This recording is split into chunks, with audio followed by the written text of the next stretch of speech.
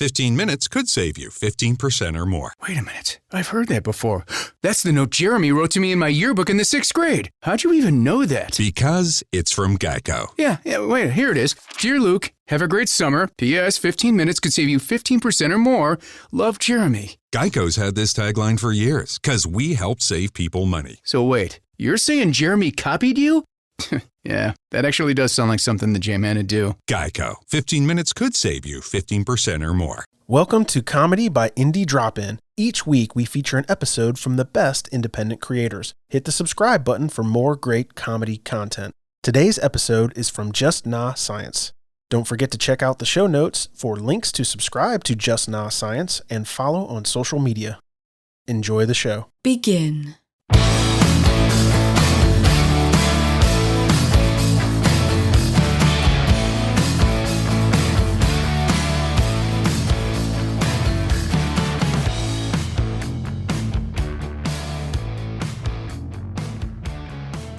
Hello, everybody. Welcome to Just Nah Science Podcast, where each episode we find the worst science related posts on social media and get just a little salty about them. Hello, I'm Lauren. And I'm Nick. And No, we're not doing that. And with each episode, we have 3 goals. The first is to promote higher thinking. The second is to educate. And the third is to make you laugh. This is a comedy podcast, after all.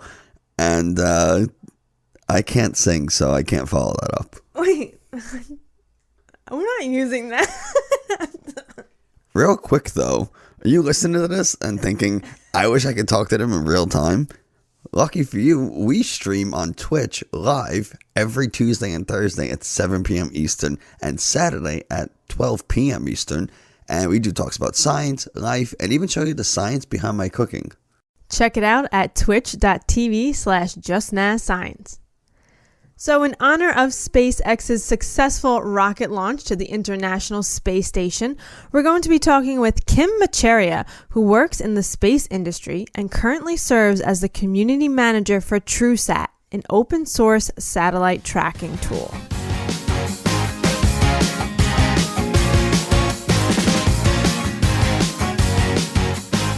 Awesome. Well, thank you so much for joining us today, Kim. I'm really excited to get to talk to you a little bit about space, since I am an earth science teacher this year, and Nick's definitely tired of hearing me talk about the moon phases. So much so.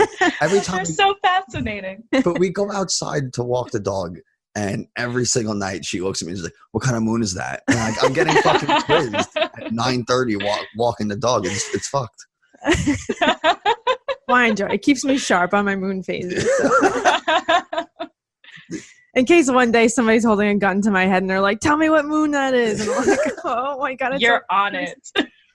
That would be the most specific, burglar ever. Well, so I guess no. So Kim, you seem to be an expert in space debris, so to say, I guess. So can you tell us a little bit about space debris and why is this an important matter?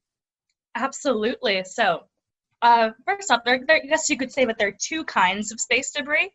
Usually, most people would categorize it as either inactive satellites or itty-bitty pieces of broken down satellites, leftover rocket parts, and a few other random pieces of human-made junk that's kind of ended up in space. So there are about 5,000 satellites in space. However, most of them are inactive, and there are about 3,000 satellites. So most satellites that are out in space are inactive.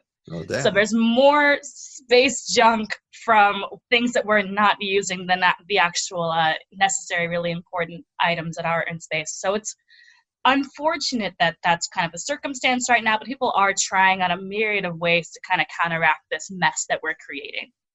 So in addition to the satellites that are stuck in space, there are also millions of pieces of itty-bitty broken down satellites, like I mentioned, that are floating in space.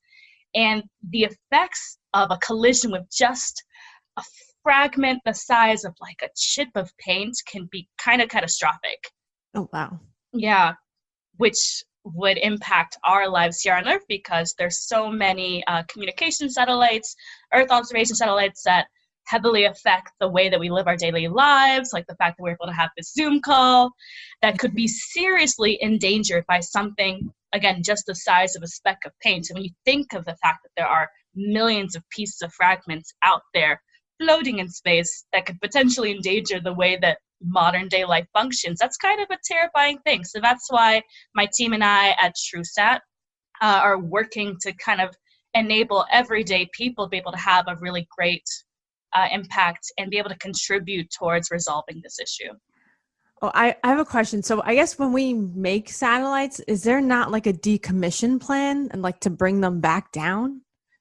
There is, but operators of satellites actually have about 25 years to bring down a satellite, which is a shitload of time when you think about the fact that we're constantly putting more and more junk into space. Do you notice how when you asked about this, she paused, and the first thing I thought, she's like, there is, and the first thing I thought was like, she's going to be like, and they fucking suck. It doesn't work. Oh, yeah, and there are pieces of satellites from old Russian missions from the 60s that are still out there floating in space. And back then, we didn't really have a need, at least people hadn't thought ahead to think about what the impact of having, a bunch of clutter in space could cause. So aside from just like communications, which, I mean, we could always repair. Actually, now that I'm thinking about it, let's say a communication satellite goes out. I'm sure there's some type of backup. Like there's not just a satellite that controls, there has to be several. Wouldn't there be? Absolutely. But then you have to think about if there was a collision with a satellite that's, of a pretty decent size, it could lead to an exceptional amount of additional debris created that could in turn affect many other satellites that are out there in space. For instance, there was a collision, I think back in like 2008 or 2011, between an American and a Russian satellite. That singular collision created 2,000 pieces of debris. So imagine what the cascading effect that could result from 2,000 pieces of debris being created. I mean, especially because this stuff is moving at 17,000 miles per hour. That's why it causes so much damage. Oh, wow. Okay. I mean, I figured it was going pretty fast. I didn't think that fast, but I knew it had to be fast. So how do you even calculate the number of like fragments from a collision? I'm sure there's a large math answer that's involved that we don't need to get into. Yeah. So there actually are organizations that are government run that track this stuff. They can track things that are the size of like 10 cubic centimeters. So they can, get pretty in there, and and the amount of data that they're able to collect continually is increased. There's like a facility out in New Mexico run by the Air Force called the... I thought you were going to say the aliens. Oh my God. Probably them too. Obviously. Yeah. And they're giving us insider tips, which is why I think we know so much. But yeah, there are people working on this, and I'm cannot wait to see how much more data we can track in the coming years, because this network has been around, I think, for about 10 years, the Space Surveillance Network. And it's and they launched a telescope as well that's based in New Mexico. I think they actually might have moved it to Australia now because they have a better vantage point over there. So that telescope does an insane amount of high-level tracking. Oh, wow. I wonder if this is all going to then fall under the new Space Force that's being made, under like their jurisdiction. But yeah, it's kind of interesting. Yeah, who knows what's happening with Space Force? They have like one real employee right now. I was about to ask, do you know anyone at Space Force that you can like get me in? Well, on April 18th, so what's that, a couple days from now, there'll be 88 new cadets inducted from the new Air Force class of graduates into Space Force, and none of them have a clue what they're going to be doing. They're all just like, we're excited to see what our task will be. Lauren, I want to be part of Space Force.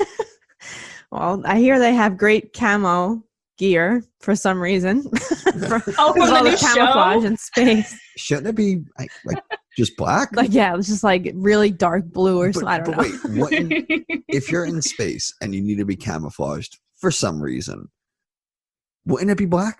I don't know. It depends on Right, where you are in space. What do you mean where you are? Isn't the Are you on the abyss- moon? I don't know. Well, there's still, This is not my there's some favorite. light. Depends on what sat. Like if you're like, in the shadow of Earth or the shadow of a planet or something, and you're blocked away from sunlight. All I know is if I am in space for some reason and I see a dude in a camouflage astronaut suit, I'm gonna be scared of him because he's not trying to hide. Yeah. The new Space Force TV show that's coming out on Netflix next month, Yes. it's starring Steve Carell. Yeah, I Their saw that. uniforms are like moon-looking things. It's wild. I would wear it. It's actually really cute. I'm looking forward to seeing some of that. So I'll be watching. All right.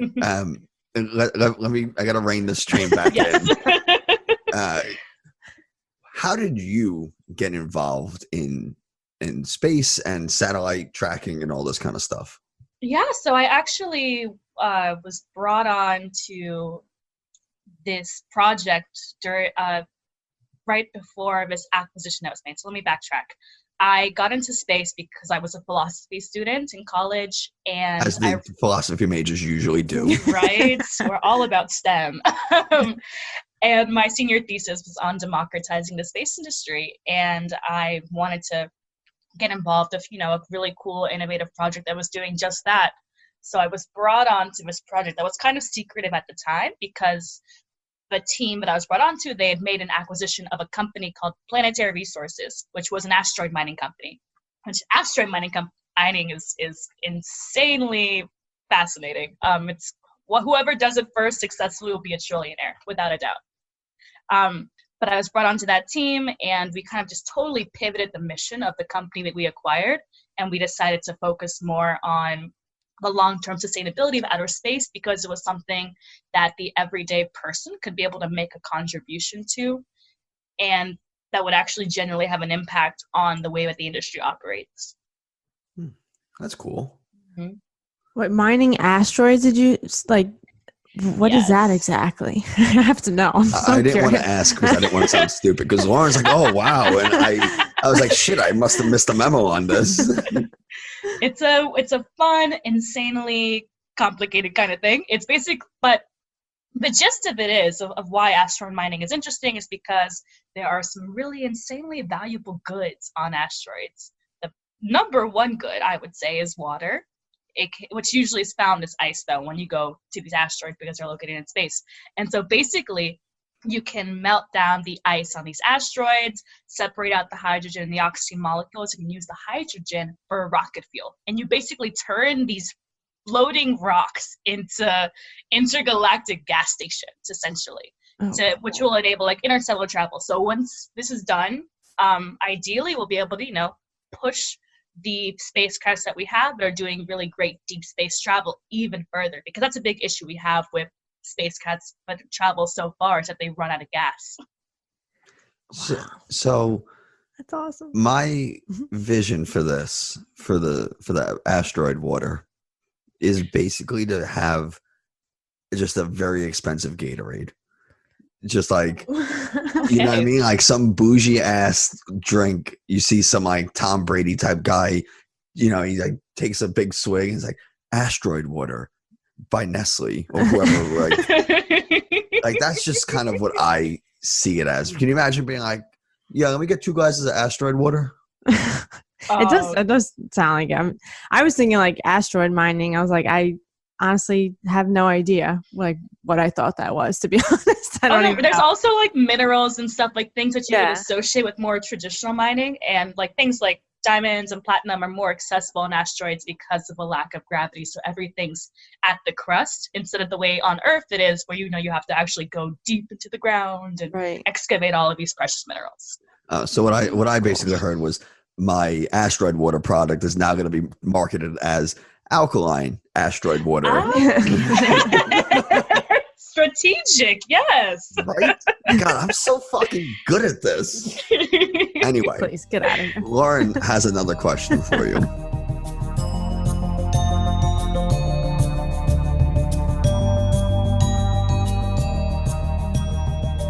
All right. So, well, I think kind of backtracking a little bit as to what you were talking about before in terms of like why this is important to track.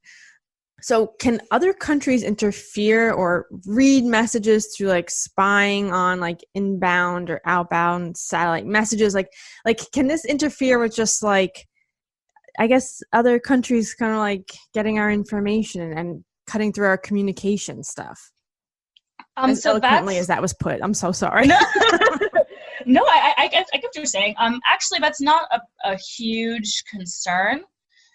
However, I will note that spy satellites are something that are becoming, I won't say less common, but there are a lot of spy satellites out there, and it's not so much that people are trying to figure out what messages that these satellites are sharing between each other. It's kind of more that we're trying to figure out what information these spy satellites are trying to access. So there's this group of folks called the CSATers.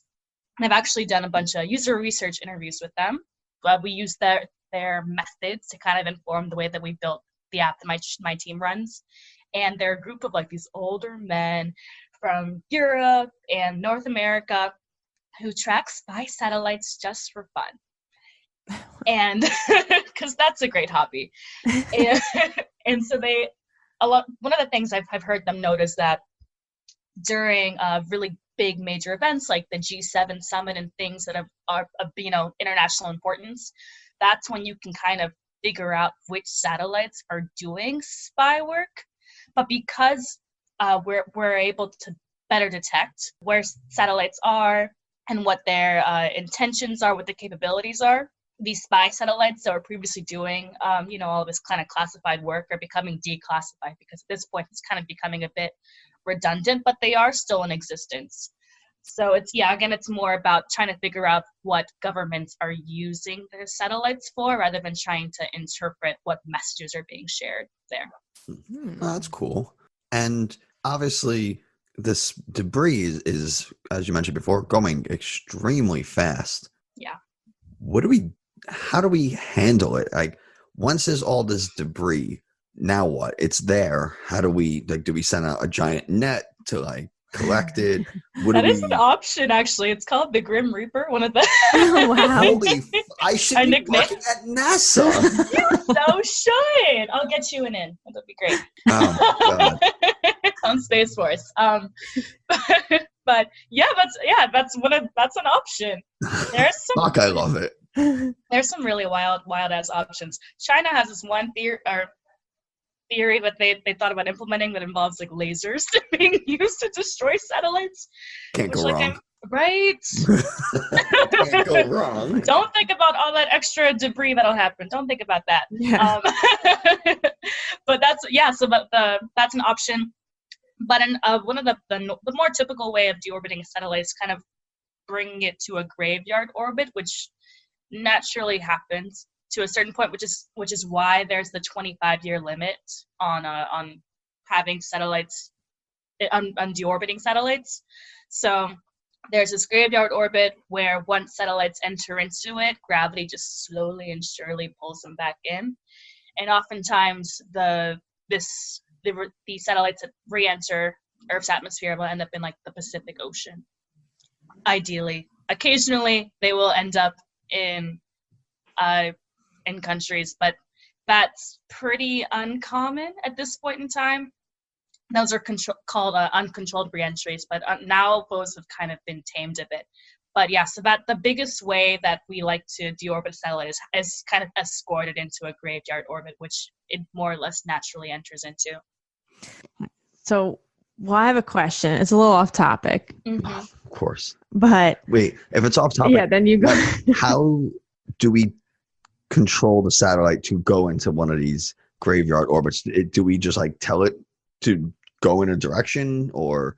Yeah, so satellites they usually have fuel with them that helps keep them in the orbit that they're going in, and that helps them enter that orbit in the first place. And so usually you just have the fuel stops running, and that kind of gradually brings it back in. But again, that's a really time-consuming process. And considering the fact that, like I mentioned before, There are 5,000 satellites out in orbit right now. 3,000 of them are dead.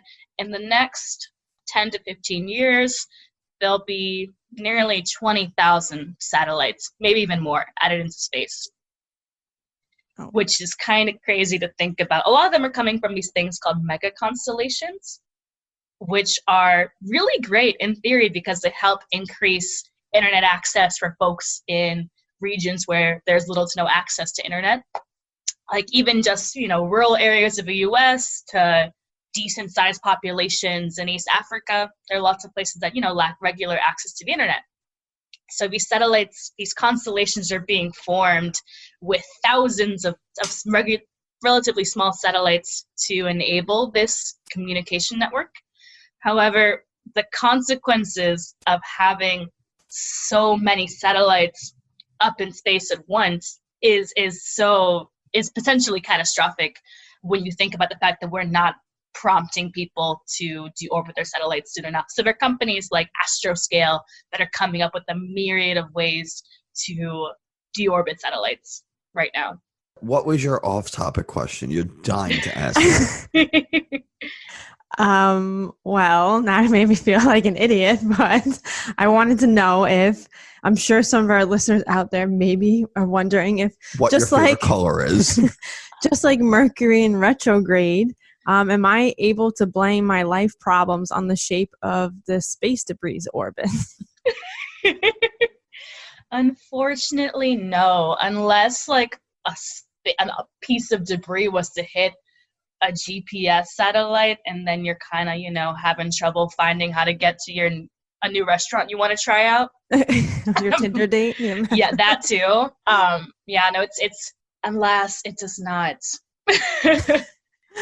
I love that argument. We honestly just did an episode on astrology versus astronomy. And we're like, yeah, this is not real, guys. It's not real science. Some people were a little upset to hear that, but it feels real. That's what all my friends say. Right. Now that Lauren can't blame her shit on space debris, it's going to go back to being blamed on me. Basically, that was your out. New target. Too Thanks. bad. So in preparation for this interview, we did a little bit of Googling, and by a little bit, I mean very little. And we came across this thing called the Kessler syndrome. Yeah. Can you tell us what that is? Yeah, so the Kessler syndrome is this idea that as an amount of objects in space continues to increase, that we'll reach this point of, no return, essentially, where it'll be nearly impossible for us to send out new missions to space and back to the satellites that are in space. Those can be irreparably damaged and completely wreck modern day life as we know it. Oh, God. Okay, that was a little more ominous and right, a little oops. But this theory was made in 1978, and back then the guy who made it, Donald Kessler, he thought that the point of no return was 30 or 40 years out, and a lot of scientists nowadays think that the point of no return might be now. So he wasn't super wrong in the 70s, right? To be 40 years. That was 10 years ago.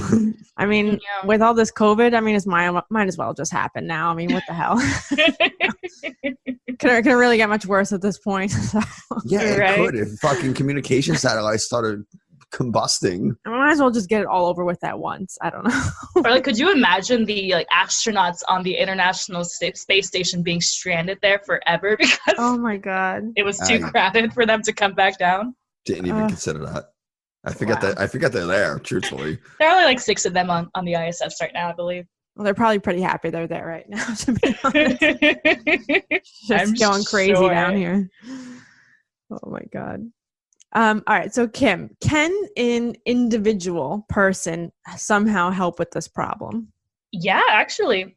So that's kind of what my team's product, TruSat, is aimed to do. It's basically an open source satellite tracking tool where folks can, from the comfort of their home, look up to the night sky, use basic equipment like a stopwatch and a pair of binoculars to track satellites and then submit their data to this open source catalog. Because although NORAD and and DARPA, which are, US-owned military organizations, have the most robust catalogs of space objects. They have a lot of false information in there. They have these issues called cross-tagging, which is where sometimes, there'll be an object in space that's nearby another object in space, and they'll capture incorrect data because of the proximity of these two objects. And so these spoilers, as we call them, really throw off the data. And then you add in the issue of spy satellites again, and it just totally can create a really misleading data set. So what we want to do is hold satellite operators accountable and empower people to become more aware of what's happening above us and the impact that all of these moving pieces in space have on our life, and then enable people to, and again, from the comfort of our home, track satellites and submit this data and have this data be utilized by people who are trying to correct the issue of space debris and reduce its impact. That sounds awesome, actually. I would love to do that, except I don't think Nick would let me, because I think he thinks if I get a pair of binoculars, I'm just going to spy on the neighbors too much. I don't think that. I know that. I know I'm a nosy person, but I have limits. So it's tempting. Netflix is getting old. I feel you. So are there any kind of common myths about space or space debris that you want to address? Myths. Let's see. One myth that comes to mind is that things don't make sound in space. So you think about a collision of satellites in space. There's this idea that, everything's, silent, whatever, but it's not that things are silent and they don't make sound. It's just that the sound can't be carried. So that's a big misconception, because I think it makes space seem as if it's this peaceful, idyllic place with all these beautiful colors and things happening, but there are a million explosions all the time happening in space. So we just can't hear them. Honestly, space at no point ever seems peaceful to me. It always feels like you are staring into the edge of the abyss, and this giant never-ending vacuum almost of just death. It's pretty terrifying. That's my perspective too, but then I talk to my friends who are really into astrology, and they just view space entirely differently. Obviously. Right? To each his own, I suppose. I guess to a degree, until it starts actually affecting people's lives. Yeah, I guess. But I'm to ask someone what their sign is and stuff, and it seems pretty harmless to me. There's bigger fish to fry. But yeah, astrology is the first unit we do with the kids in earth science, and there is definitely a lot of there's a lot of abstract concepts there that are really tough for kids to wrap their heads around, the redshift and blue shift and Doppler effect, all this stuff, and can't really show it to them, so it's hard for them to understand it. But there's a lot of misconceptions in that unit and false ideas, even with the moon. Literally the idea that a man lives on the moon and that it's made of cheese came up, even with high schoolers. I kid you not. This is just such an abstract topic. Yeah. It's challenging. I saw a meme the other day that I was saving for this. Oh, snap. Somebody posted a picture of a rock, and it says the moon is not a rock in space. The moon is its own light source. And they have a picture of a rock, and it says rocks don't reflect light, neither does the moon. And in the picture, you can clearly see the rock reflecting light. And somebody did comment on that. It's I like how you can clearly see the rock reflecting light. Man. Well, maybe this person didn't take earth science. No, but that's a misconception I didn't know existed. Okay. It got 66 retweets and 266 likes at the time at which this screenshot was taken. Oh, no. That's a lot. Yeah. Well, we have rock that we brought back from the moon. It's definitely rock, and a lot of that it's a really lot of that material, though, what's so interesting about it is a lot of the material from the moon rock is similar to Earth. So they're thinking like a long, long time ago, there was like a collision with the planet, and the moon is really just like debris from that collision that gravity pulled together and just put in our orbit. So I don't know. It's a rock and it reflects the light of the sun. Like, let's not get it twisted.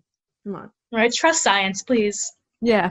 That's what we're trying to do here, folks. Come on. Oh, don't worry. I hear like jokes about how the moon landing was faked all the time. Well, I think there's a few things that we can all agree on, right? The moon landing was real. The moon is just a rock. The Earth is flat. What else? I like how you slipped that one in there.